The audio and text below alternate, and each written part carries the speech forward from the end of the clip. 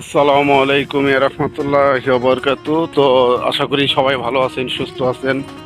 তো আসলে রমজান মাসে কখনো বাইরে আসা হয় না, তো একটু বাইরে আসছি। তো ইফতারির অনেক সময় বাকি আছে, কেবল বাজে 4টা, যে কারণে একটু বাইরে যে কোনো একটু কারণে আসছিলাম।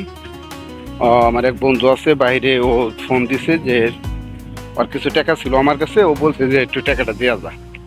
তো টাকা দেওয়ার জন্য বাইরে আসছিলাম, তো ভাবলাম যে একটু বাইরে আসছি। এখন বিকালকার যে আবহাওয়াটা, বিকালকার যে পরিবেশটা, এটা দেখানোর চেষ্টা করতেছি আপনাদের।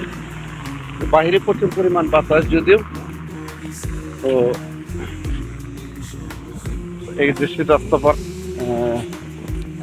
দক্ষ ড্রাইভার না বলতে, ঠিক মতো তারা গাড়ি মানে মহিলারাই বেশি চালায়, কারণ নিজেরই ভয় আতঙ্কে কাজ করে যে কখন তারা উপর দিয়ে উঠে দেয়, কারণ ওরা সবসময় ফোন নিয়ে ব্যস্ত থাকে আর কি। আসলে প্রবাস জীবনটা, রমজান মাসটা হইলো এমনই একটা অবস্থা যে রমজান মাসে যে এমন একটা পরিবেশ, ঠিক মতো মানে আমাদের বাংলাদেশে যেমনটাই যে সবসময় তারাবি নামাজ সময় মতো তারাবি নামাজটা পড়া যায়, সব কিছু বলা যায়, মানে মনের কথাগুলা বাংলাদেশে সবার সাথে শেয়ার করা যায়। এই দেশে আসলে ভাষাও আমরা অতটা বুঝি না, তো যে কারণে সবার সাথে এরকম ভাবে চলতেও পারি না।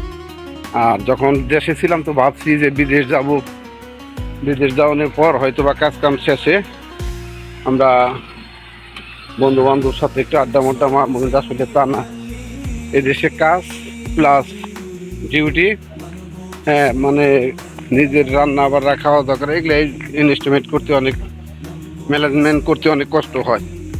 তো আসলে ভিডিওটা অনেক নড়াচড়া হইতেছে রাস্তার মধ্যে, মানুষজন আসে যায়, তো তো যে কারণে এগুলা ক্ষমা দৃষ্টিতে দেখবেন। তো যা হোক, বাহিরের যে আবাসিক এলাকাটা বিকালে আসলে সৌদি আরব এমন একটা জিনিস, তারা রাস্তাঘাটে কখনো মানুষই দেখা যায় না, খুবই কম। সবসময় তারা গাড়ি নিয়ে চলাফেরা করে।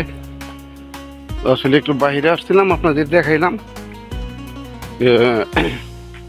তবে আসলে সামনে যে দিনগুলা ইনশাল্লাহ আল্লাহ পাক যদি হাইতে বাঁচায় রাখে, তো নিয়ত আছে একটু সাগর পাড়ে যাবো, তারপরে বিভিন্ন পার্কে যাব, বিভিন্ন কিছু আর কি ভিডিও চিত্র ধারণ করে আপনাদের মাঝে দেখানোর চেষ্টা করব। তো একটু বাহিরে আসলাম, বাহিরে আবহাওয়াটা মোটামুটি বাতাসটা ভালোই আছে। তো বাহিরে আসলে মানে মানে বাংলাদেশের মতো একটু ফিল হয়, বাইরের যে বাতাসগুলা গায়ে লাগে, ভালো লাগে আর কি। তো আসলে এ পর্যায়ে সবাই ভালো থাকবেন, সুস্থ থাকবেন। আর একটি কথা পরিশেষে বলতে চাই যে প্রবাস জীবনটাই আসলে কষ্ট, মানুষ কষ্ট ছাড়া প্রবাসে আসে না। যেমনটা বাংলাদেশে অনেক কষ্ট বিদায় সফলতার কারণে তারা এই প্রবাসে পাড়ি জমায়, প্রবাসে আসা যে একটু ভালো কিছু আসার জন্য, যে দেশে যাতে একটু সচ্ছলভাবে চলা যায়, এর জন্য প্রবাসে আসা। তো যা হোক, এ পর্যন্ত সবাই ভালো থাকবেন, সুস্থ থাকবেন।